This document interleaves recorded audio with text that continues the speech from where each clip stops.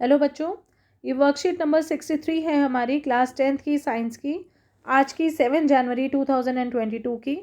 हम लोगों ने पिछली वर्कशीट में हम लोगों ने पढ़ा था इलेक्ट्रिक मोटर कैसे काम करती है।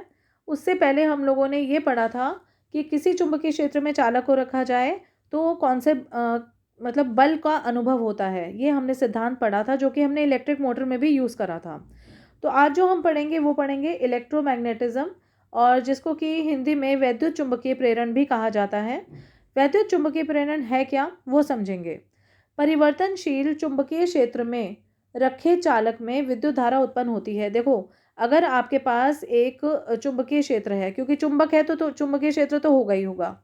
परिवर्तनशील चुंबकीय क्षेत्र में मतलब अगर एक मैग्नेट जो है वो हिल रही है, मतलब ऐसे ऐसे ऐसे आप उसको घुमा रहे हो, परिवर्तनशील है वो। चुंबकीय क्षेत्र में चालक में विद्युत धारा उत्पन्न होती है। तो अगर मतलब हम एक मैग्नेट को हिलाएं, घुमाएं और आगे पीछे करें, तो उसके साथ जो ये कुंडली बैठी होती है, मतलब ये जो एक विद्युत सर्किट रखी हुई है या चालक रखा हुआ है, उसमें विद्युत धारा उत्पन्न होती है। इस विद्युत धारा को प्रेरित विद्युत धारा के रूप में माना जाता है और इस परिघटना को वैद्युत चुंबकीय प्रेरण कहते हैं। एक बार फिर समझेंगे।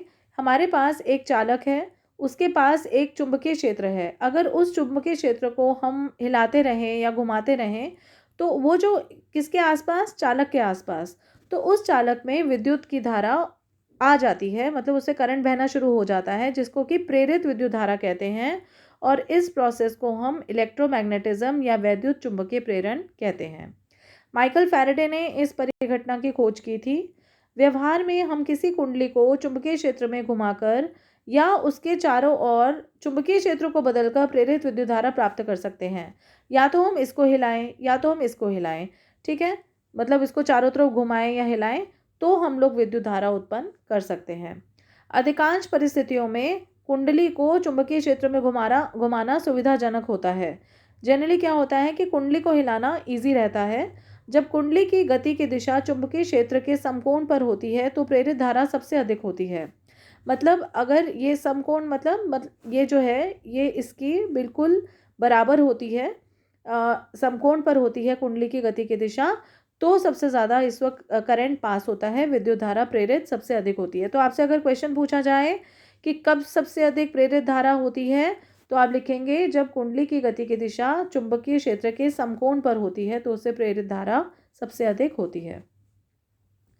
चुंबक को कुंडली की ओर ले जाने पर विद्युत धारा उत्पन्न होती है, देखो यहाँ पर लिखा हुआ है, जिसके कारण गैल्वेनोमीटर की सुई विक्षेपित होती है। अब आप बोलोगे कि हमें कैसे पता चलेगा कि ये जो है विद्युत धारा बह रही है, तो उसके लिए हम लोगों ने एक गैल्वेनोमीटर लगाया होता है।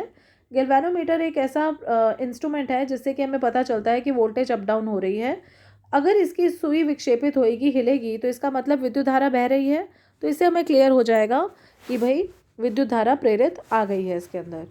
आज हम जो पढ़ेंगे इसमें फ्लेमिंग का दक्षिण हस्त नियम पढ़ेंगे। फ्लेमिंग के दाहिने हाथ के नियम का उपयोग प्रेरित धारा की दिशा जानने के लिए किया जाता है। अब आपकी धारा तो आ गई, विद्युत धारा उत्पन्न हो गई, ये तो आपको गैल्वेनोमीटर ने बता दिया, लेकिन उसकी दिशा कैसे ज्ञात करेंगे? उसकी दिशा ज्ञात करने के लिए फ्लेमिंग का दाहिने हाथ का रूल हम यूज़ करेंगे। इसमें हम लोग क्या करेंगे, दाहिने हाथ के अंगूठा, तर्जनी और मध्यमा को एक दूसरे के 90 डिग्रीज के एंगल पे लगाएंगे, और जो हमारी तर्जनी है मतलब अंगूठे के साथ वाली उंगली, वो चुंबकीय क्षेत्र की दिशा बताएगी, वो चुंबकीय क्षेत्र की दिशा बताएगी, ये वाली, ठीक। और अंगूठा जो है वो चालक की गति बताएगा, और मध्यमा उंगली जहाँ पर वो करेगी वो हमें बताएगी कि करंट की दिशा क्या है, करंट की डायरेक्शन क्या है। तो आपको क्या पूछा जाएगा?